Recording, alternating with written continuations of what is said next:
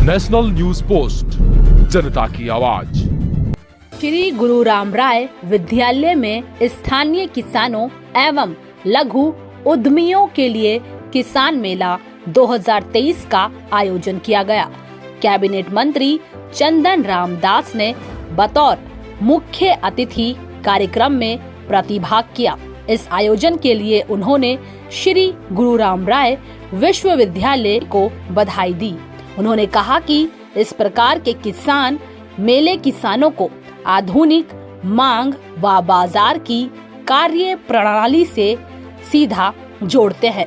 लघु उद्यमियों को मंच प्रदान करते हैं, जहां पर वे अपने उत्पादों की जानकारी सीधा बाजार व उपभोक्ताओं तक पहुंचाते हैं। श्री गुरु राम राय विश्वविद्यालय के तत्वाधान में आज देहरादून में किसान मेला 2023 का शुभारंभ हुआ है। मैं यूनिवर्सिटी के कुलपति जी और यहाँ के सभी लोगों का बहुत बहुत धन्यवाद देता हूँ कि किसानों को लाभ पहुँचाने के लिए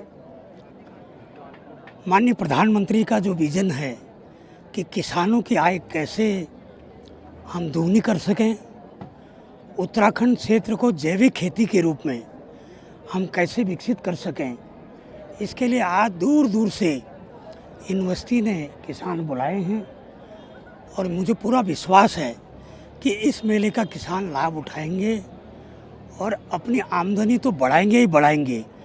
इस प्रदेश में जो कृषि क्षेत्र है, जो हमारा पशुपालन का क्षेत्र है, जो आमदनी बढ़ाने वाला क्षेत्र है, इसको प्रोत्साहन देने में हमारी यूनिवर्सिटी बहुत बड़ा योगदान जो दे रही है।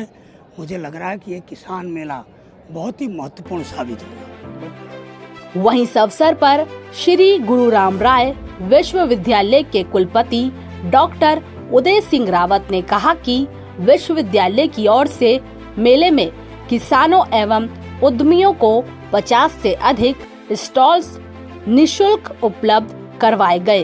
किसान मेले में कृषि विशेषज्ञों ने किसानों को आधुनिक किसानी की बारीकियों की जानकारी दी।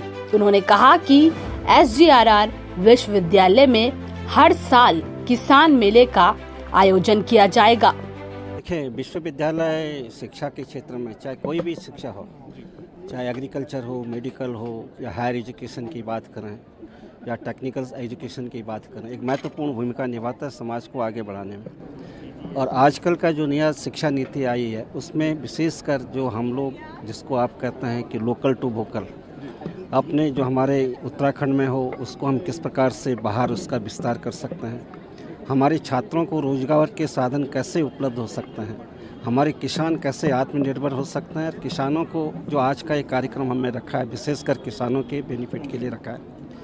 विश्वविद्यालय जो है अपने रिसर्च के द्वारा, इनोवेशन के द्वारा अपने लैब में तो काम करता है, लेकिन ऐसे रिसर्च का कोई फ़ायदा नहीं है जब जो कि एक ग्राउंड लेवल पर, रूट लेवल पर फार्मर्स तक न पहुँचे। अब ऑर्गेनिक जो खेती के बारे में जिसमें मंत्री महोदय ने भी अपना ध्यान आकर्षित किया था, ये आजकल का एक जो है एक चैलेंज है हम लोगों के सामने और आवश्यकता भी है। उसके रीज़न ये है कि पहले से जो हम फर्टिलाइज़र यूज करते हैं, पेस्टिसाइड यूज करते हैं, उससे एक समय में ग्रीन इवोल्यूशन में तो पैदावार बढ़ा है, आत्मनिर्भर बढ़ा है, लेकिन धीरे धीरे क्या हुआ उसका साइड इफ़ेक्ट्स ह्यूमन बीइंग पर पड़ा है। तो उससे अनेक प्रकार की बीमारियां फैली है। कैंसर एक जागता जा रहा उदाहरण है, उसके बाद किडनी के बहुत सारी बीमारियां हैं, लीवर की बीमारियां हैं, ये पेस्टिसाइड के इफ़ेक्ट्स हैं। तो उसको अवॉइड करने के लिए ऑर्गेनिक खेती बिल्कुल जो शुद्ध जो है गोबर की खाद से जो हम लोग निर्मित करते हैं, उसमें वर्मी कंपोस्ट की जो एक अवधारणा है या और सारे जो हम नेचुरल प्रोडक्ट हैं जिसको कि आप बायो एजेंट बोलते हैं या बायो पेस्टिसाइड बोलते हैं, उसका प्रयोग करके हम किसानों को अधिक से अधिक मात्रा में उत्पादन बढ़ाने में उनकी भूमिका निभाएं।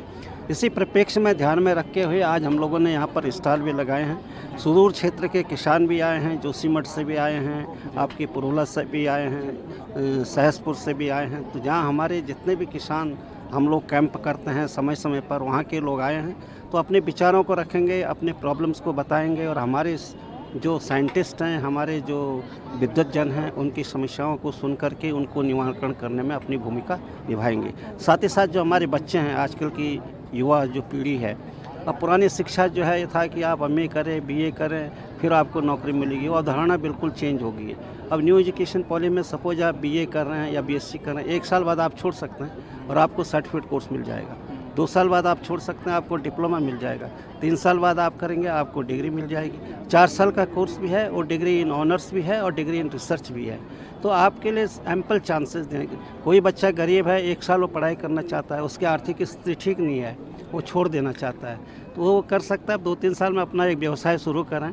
जब उसकी आर्थिक स्थिति 3 साल बाद ठीक हो तो वो फिर दोबारा एडमिशन ले सकता है। तो टोटल जो डिग्री का 3 ईयर डिग्री का कोर्स है वो 7 साल का हो गया है। तो उसी को मद्देनजर रखते हुए वो अपने देखें, आज स्टॉल देखें क्या क्या कुटीर उद्योग के लगे हैं, कृषि के लगे हैं, और भी जो हमारे कृषि से संबंधित है, हॉर्टिकल्चर से संबंधित है, क्राफ्ट से संबंधित है। स्टॉल में जाएं, उनसे पूछें और अपने विचारों में जो उनकी मंशा है, कैसे वो एंटरप्रेन्योरशिप शुरू करें, अपने कुटीर उद्योग शुरू करें, अपने व्यवसाय शुरू करें, फंड कहाँ से आएगा। तो यहाँ पर जो है फंड की भी व्यवस्था है, वो बताएंगे। एक्सपर्ट्स हैं, बैंक वालों ने स्टैंड लगा रखे हैं, कहाँ कहाँ से उनको फंड मिल सकता है, कहाँ से उनको नौजवान मिल सकते हैं कार्य करने के लिए। तो अपने व्यवसाय शुरू करते हैं। इसी अवधारणा को लेकर के किसान मेले का आयोजन किया गया है। किसान मेले में पहाड़ी व्यंजन जैसे मंडुए की रोटी, पहाड़ी राजमा, झंगोरे की खीर जैसे उत्पाद लोगों ने भरपूर पसंद किए।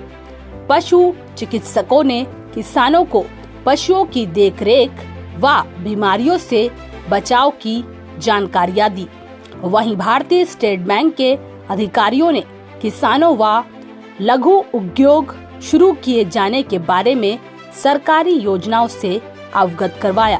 किसान मेले में विश्वविद्यालय के डॉक्टर अजय कुमार खंडूरी, समन्वयक डॉक्टर आरपी सिंह, कृषि विभाग की टीम डॉक्टर प्रियंका बनकोटी, किसान मेला के कार्यक्रम समन्वयक डॉक्टर दीपक सोम, विजय नौटियाल, विजय गुलाटी, मनोज तिवारी समेत सभी विभागों के संकायाध्यक्ष, विभागाध्यक्ष, फैकल्टी सदस्य, छात्र छात्राएं और बड़ी संख्या में किसान, लघु उद्यमी व अन्य लोगों ने प्रतिभाग किया।